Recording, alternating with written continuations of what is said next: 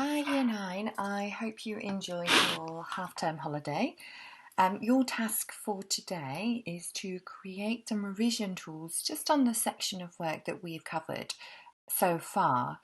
But before we get to that point, I'm just going to share with you this revision worksheet that can help you how to organise your work, or gives you lots of nice ideas on how to revise, which, as you all know, is a very important skill leading up to your GCSEs, which are some way away, but they will creep up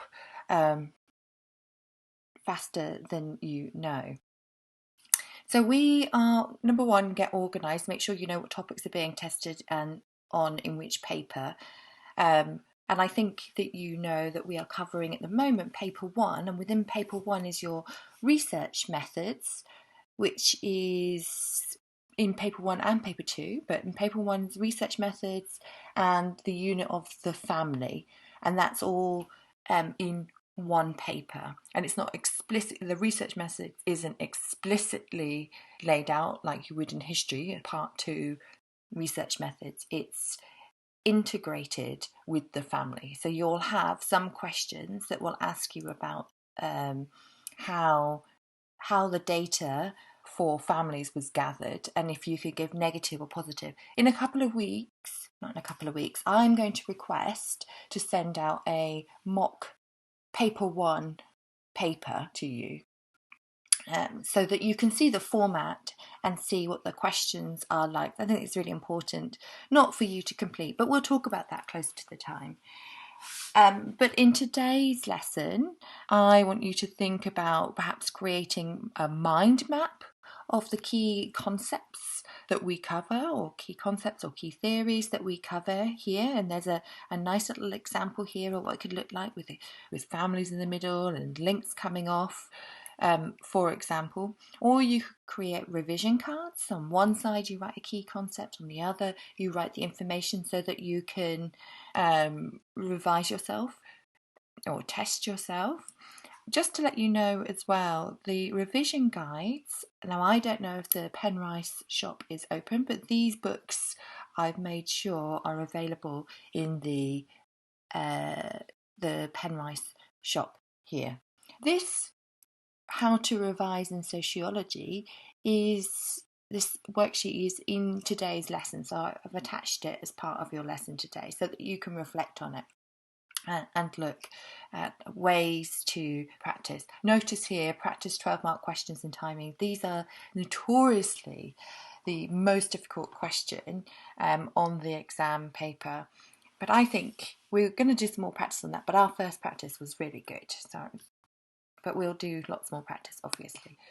Right, so on to the revision. So as said before, your job is to create mind map or flashcards and just add to your collection of flashcards or mind maps that you made a few lessons ago. It's really important that we, particularly because we're working online, that we take stock of every 7 or so lessons, that we take stock of what we've revised and what we've learned and revised, that any new key terms or anything alongside. So you can follow through this PowerPoint with me. I'll talk you through and then create your flashcards or mind map. And you might want to reflect on your work that you've created so far. But just to bear in mind, we are only starting at the functions of the family, because we've already created some revision tools for the first part of our course that we covered in lesson 7. So we'll start here, which I think is where we were up to last time. And here we're looking at the functionalist Parsons, and he's really talking about the nuclear family. And he argues the nuclear family is the ideal form of family as it performs these two tasks or vital roles for society. So primary socialization, the process of early childhood learning, usually in families during which babies and children acquire the basic behaviour patterns, language and skills they need later in life. And that's really, we're talking about the family as the primary socialization. Secondary socialization, through this process, which begins during childhood and continues throughout our adult lives. We learn society's norms and values. So secondary socialisation, we could be talking about school, we could be talking about university, workplace, college. These are forms of secondary socialisation. So criticisms of Parsons, Murdoch and the functionalist perspective. So remember, functionalists from our very first unit of topic that we have covered, functionalists are consensus. So it means that they're quite positive about society in general, but also about the family.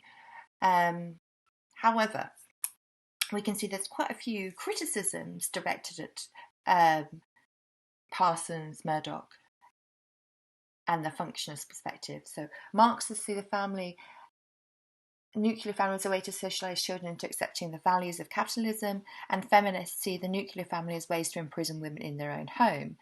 Parsons ignores other family types that could fulfil the two functions. So Parsons only, remember, focuses on the nuclear family. But what about other families? What about kibbutz? What about a reconstituted family? What about beanpole families? Do these not also perform primary functions of the family? Parsons and Murdoch also ignore dysfunctional families in which there is stress, and I think they're talking about, for example, domestic violence.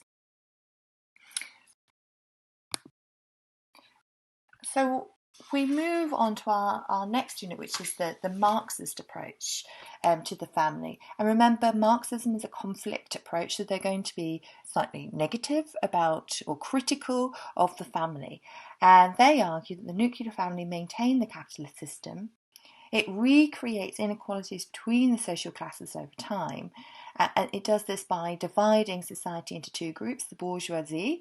They buy the children the best education and pass on their wealth, and the proletariat, which is the working class. They socialise their children to accept their lower positions in an unequal society and see the system as fair.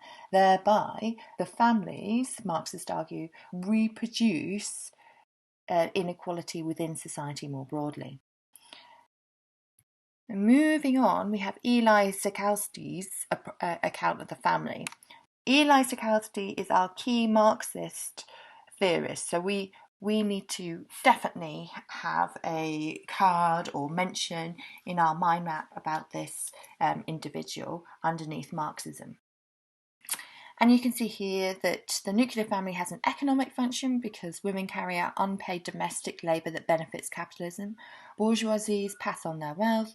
Proletariat reproduce workers. The family is a vital unit of consumption for the capitalists and enables the bourgeoisie to make a profit. Only communism can end the artificial separation of family life and public life.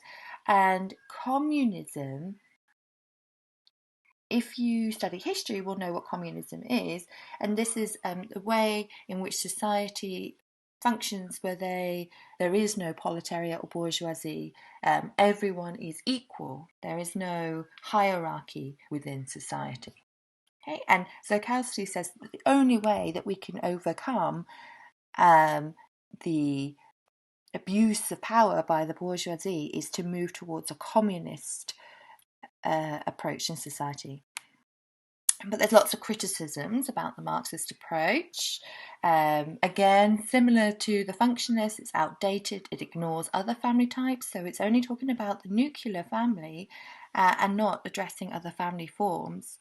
It ignores the fact that many people are satisfied with family life and tends to focus on the negative side of the nuclear family. I'm going to have to talk a bit faster, sorry. I only to upload to YouTube, you have to make sure that your videos are under a certain amount of time. So I'll have to speed up a little bit, so I apologise.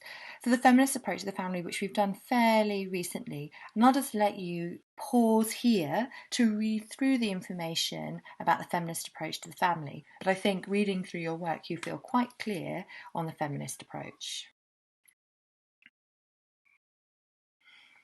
Delphine Linnard's 1992's account of the family. Again, I want to highlight to you that this is these are our key theorists when it comes to looking at the feminist approach to the family. And yes, I highlighted to you before in one of our previous lessons that they are actually radical feminists.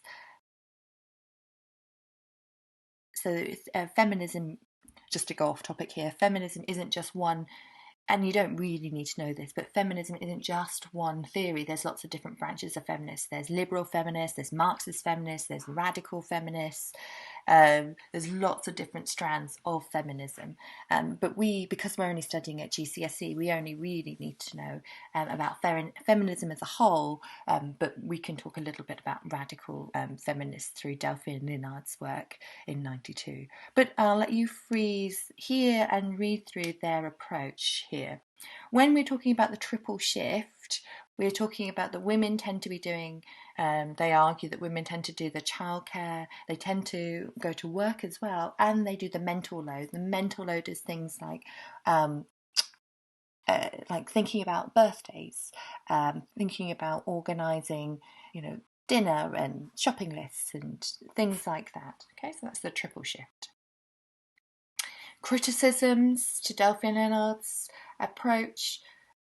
Here, lots of people are very happy in their families, and we shouldn't ignore that. We shouldn't be critical that some people are quite happy within their roles, and that's totally fine.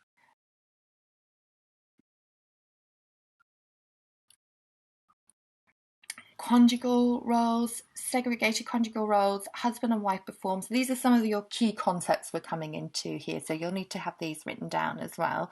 Husband and wife perform different and clearly defined activities, and we're talking really early 20th century.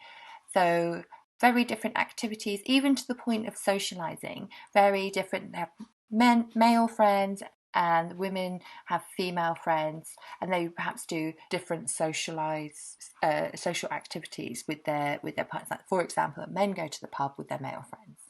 Women go to knitting club with their female friends, for example.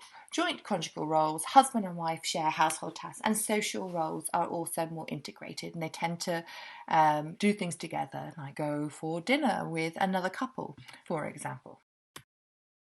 What do Parsons argue about instrumental roles and expressive roles? Again, I'm going to let you pause, read through this information, maybe reflect on your notes and add to your mind map.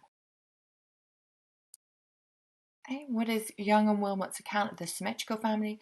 Conjugal roles are more integrated conjugal roles, equally shared. They said that the symmetrical family is common in Britain. A symmetrical family spouses carry out different tasks, but each makes a similar contribution within the home, e.g. decision making is shared. But so Young and Wilmot argued that they carry out different tasks within the household, but it's a similar contribution. So for example, the man might do a lot of the DIY, the woman does a lot of the cleaning within the house. They're both working within the house, and it's they argue a kind of equal weighting within the household, and decision making is shared. Okay, so kind of separate but equal. So why are people moving to symmetrical families? Rise of feminism in 1960s, change of women's attitudes. Equal Pay Act 1970 and Sex Discrimination Act of 1975, and effective birth control combine. It allows women to choose when they want to have children. Before the 1960s, when contraception was first brought in and legalised, actually, women have no control over their bodies, so they would, just be having children all the time. So it's very difficult to combine having perhaps the choice to go to work as well as having children. Okay, so the contraceptive pill has really liberated women in their ability to choose how they structure their lives. I'm not sure that we've covered this as of yet, so we might be kind of jumping ahead in our future lessons. And criticism of Young and Wilmot's account. Feminists' main responsibility of housework is still on women, and the triple shift, and we just talked about that. So what I would just like you to do, as I said at the start, is to create a mind map or flashcards on the content of these PowerPoint slides, but you'll need to look at your own work of sociology that you've covered so far in order to create your revision resources. Then take a photo of the revision resources and upload them to show my homework. Many thanks. Any problems, just let me know, and I email, message me on show my homework. I'm pretty fast at getting back to you.